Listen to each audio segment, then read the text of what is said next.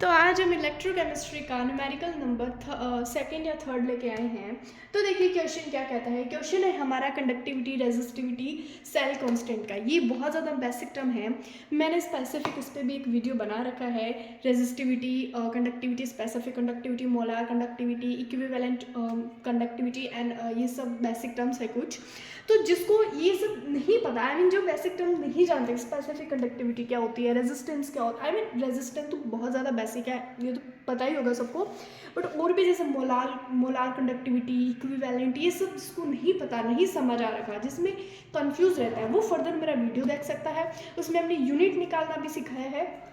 सो आज का हमारा क्वेश्चन कुछ इन्हीं टर्म्स पे है। सो क्वेश्चन क्या कहता है, द स्पेसिफिक कंडक्टिविटी ऑफ 0.02, ये आम क्या, ये है हमारा molar KCl solution is 0.0385 so on. इस ऐसा यूनिट क्या है, एटीएम, ठीक है जी। एटीएम इनवर्स सेंटीमीटर इनवर्स है 298 kelvin. The resistance of this solution is 80 ohm. What will be cell constant. जो सबसे पहले हमें पूछा क्या, what will be cell constant, यानी इसका सेल कांस्टेंट क्या होगा। जिस सेल कांस्टेंट का अपन सेल कांस्टेंट को किससे डिनोट करते हैं, जी स्टार से डिनोट करते हैं, जी पता होगा। तो क्यों ना मैं पहले सेल कांस्टेंट का फॉर्मूला लिख लूं। हाँ जी लिख लेते हैं। तो सेल कांस्टेंट का फॉर्मूला क्या होगा, स्पेसिफिक कंडक्टिविटी, स्पेसिफिक कंडक्टिव क्या हो गया, कंडक्टिविटी अपॉन में कंडक्टेंस, या फिर कंडक्टिविटी भी हम लिख सकते हैं, ठीक है जी। तो देखिए अब हमें गिवन क्या है, पहले वो लिख लेते हैं।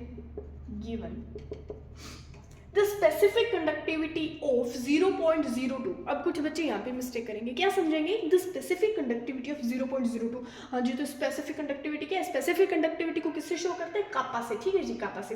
तो ये होगी 0.02, नहीं जी, ये 0.02 नहीं होगी, यहाँ पे लिखा है the specific conductivity of 0.02 molar KCl solution is 0.03 and so on. यानी जो हमें स्पेसिफिक कंडक्टिविटी क्या दे रखी है, वो है हमारी 0.03854, ये है हमारी। और ये जो हमें दे रखा है, ये है हमारी कंसंट्रेशन, किसके concentration, the specific conductivity 0.02 molar KCl solution की कंसंट्रेशन की स्पेसिफिक कंडक्टिविटी कितनी है, ये है। तो क्वेश्चन को पढ़ना आना बहुत ज़्यादा ज़रूरी है। अब कुछ बच्चे यहाँ पे ये सिली मिस्टेक कर सकते हैं कि स्पेसिफिक कंडक्टिविटी ये दे रखी है तो ये लिख लेते हैं, ठीक है। तो कापा क्या है हमारा 0.00384 अप्रोक्सीमेट, ठीक है जी। और ये इसकी SI यूनिट होगी। एंड टेम्परेचर क्या दे रखा है हमें, capital T, 298 kelvin, 298 kelvin. The resistance कितना दे रखा है, 80 ओम, कितना है 80 ओम।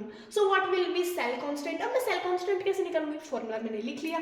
सेल कांस्टेंट निकालना है, स्पेसिफिक कंडक्टिविटी कापा मेरे को दे रखा है, और ये कंडक्टेंस तो दे नहीं रखा। अब क्या करें, जो कंडक्टेंस होता है, देखो कंडक्टेंस को हम G से भी शो करते हैं, जिस स्टार से नहीं, जिस स्टार को सेल कांस्टेंट से करते हैं, कंडक्टेंस को मैं G से भी शो कर सकती हूँ और C से भी कर सकती हूँ। तो G और C दोनों में से कुछ भी। तो कंडक्टेंस क्या होता है, रेजिस्टेंस का उल्टा। रेजिस्टेंस क्या होती है, रुकावट, और कंडक्टेंस क्या होता है, इजीली फ्लो करता है। कंडक्टिविटी क्या होती है, स्पेसिफिक, जैसे मान लो कोई भी वायर में करंट फ्लो हो रहा है, तो उसमें जो रुकावट आ रही है उसको क्या बोलते हैं, रेजिस्टेंस। इजीली फ्लो उसको क्या बोलते हैं, कंडक्टेंस बोलते हैं। रेजिस्टिविटी, स्पेसिफिक रेजिस्टिविटी और स्पेसिफिक कंडक्टिविटी वगैरह, ये सब क्या होता है, ये होता है जो स्पेसिफिक से नाम क्या समझ आ रहा है, स्पेसिफिक से समझ आ रहा है स्पेशल। यानी स्पेशल कोई एक टर्म का पूछ लिया, स्पेशल एक मान लो कि एक क्रॉस सेक्शन का पूछ लिया, ठीक है। स्पेशल एक जगह का पूछ लिया कि यहाँ पे कितनी रेजिस्टिविटी होगी, यानी यहाँ पे एट द टाइम यहाँ पे कितना रेजिस्टेंस होगा, कितना कंडक्टेंस होगा, उसको हम स्पेसिफिक कंडक्टिविटी, स्पेसिफिक रेजिस्टिविटी बोलते हैं। तो conductance is inversely proportional to resistance. तो क्या मैं कंडक्टेंस का जब उल्टा करूंगी तो मेरे पास क्या मिलेगा, कंडक्टेंस का जब मैं उल्टा करूंगी, ये मेरा क्या है, ये है हमारा C कंडक्टेंस, ठीक है। और रेजिस्टेंस क्या होता है, इसका उल्टा होता है। तो क्या मैं कंडक्टेंस की जगह रेजिस्टेंस लिख सकती हूँ। तो जब मैं कंडक्टेंस की जगह रेजिस्टेंस लिखूंगी तो रेजिस्टेंस इसका मल्टीप्लाई में चला जाएगा, किसकी, स्पेसिफिक कंडक्टिविटी के। तो G मल्टीप्लाई सॉरी कापा लिखते हैं, कापा मल्टीप्लाई R। तो रेजिस्टेंस मेरे को दे रखा है कितना है, 80 ओम। कापा मेरे पास कितना, 0.038 एंड सो ऑन। तो आप ये लिख देना 3854, ठीक है। अब मैं जब इसका ओवरऑल आंसर निकालूंगी, जी स्टार निकालूंगी, तो मेरे पास आएगा 0.3084 अप्रॉक्सीमेट। और इसकी ऐसा यूनिट क्या हो जाएगी, सेल कांस्टेंट की ऐसा यूनिट क्या होगी, सेंटीमीटर इनवर्स। ठीक है जी, क्या हो जाएगी, सेंटीमीटर इनवर्स। सो ये था हमारा एक छोटा सा न्यूमेरिकल। अब हम नेक्स्ट न्यूमेरिकल के बारे में बात करते हैं।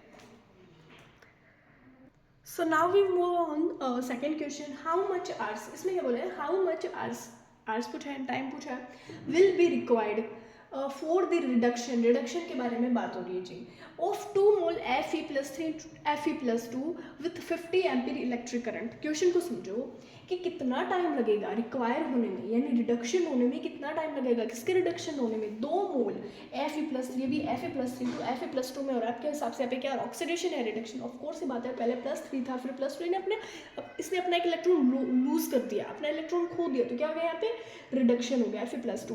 तो ये रिएक्शन होने में, ये रिडक्शन वगैरह ये प्रोसेस होने में कितना टाइम लगा, विथ 50 एम्पीयर इलेक्ट्रिक करंट। और मैं देखो अपने आप तो होगा नहीं, हमें इलेक्ट्रिक करंट तो प्रोवाइड करना पड़ेगा, तभी इसमें एनर्जी आएगी वगैरह वगैरह।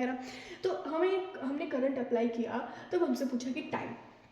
ठीक है जी, तो अकॉर्डिंग टू कौन सा फॉर्मूला अप्लाई करें, करंट वाला ही करेंगे पहले तो पहले मैं इसकी रिएक्शन लिख लेती हूँ। तो पहले मेरे पास था Fe+3, ठीक है, इसने अपने एक इलेक्ट्रॉन क्या किया, लूज किया, कर दिया जी। अब ये मेरे पास क्या बन गया, Fe+2, क्या बन गया, Fe+2, क्या हो गया यहाँ पर, रिडक्शन, क्या हो गया, रिडक्शन। एक मोल Fe का फैराडे में चार्ज कितना होगा, 96500 coulomb, 96500 coulomb, everyone know about that.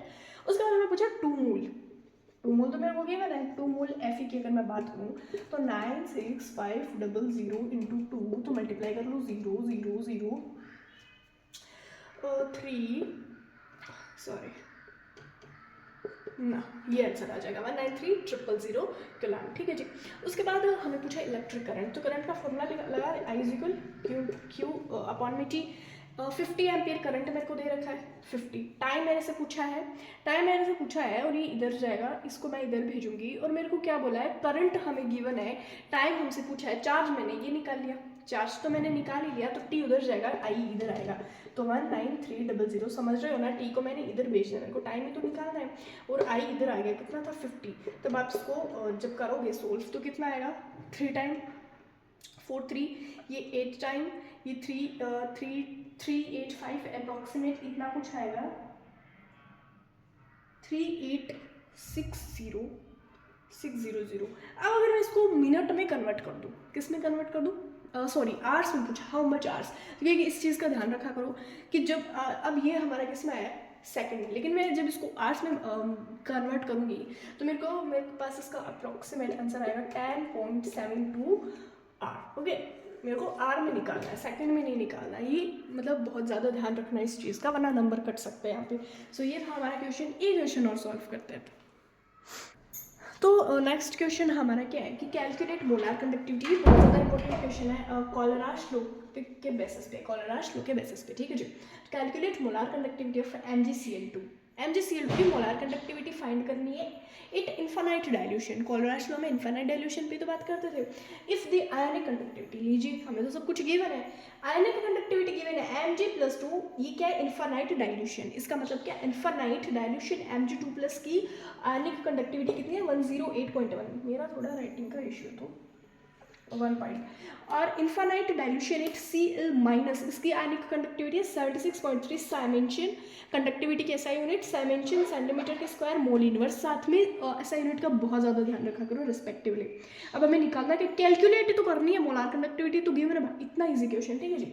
ये MgCl2 का बोला है, ठीक है। तो जब मैं इसको लिखूंगी इन्फानाइट डाइल्यूशन की टर्म में, तो मैं कैसे लिखूंगी, इन्फानाइटी Mg2+ इन्फिनिटी डाइल्यूशन 2Cl-, ठीक है। मैं कुछ इस तरीके से लिख दूंगी।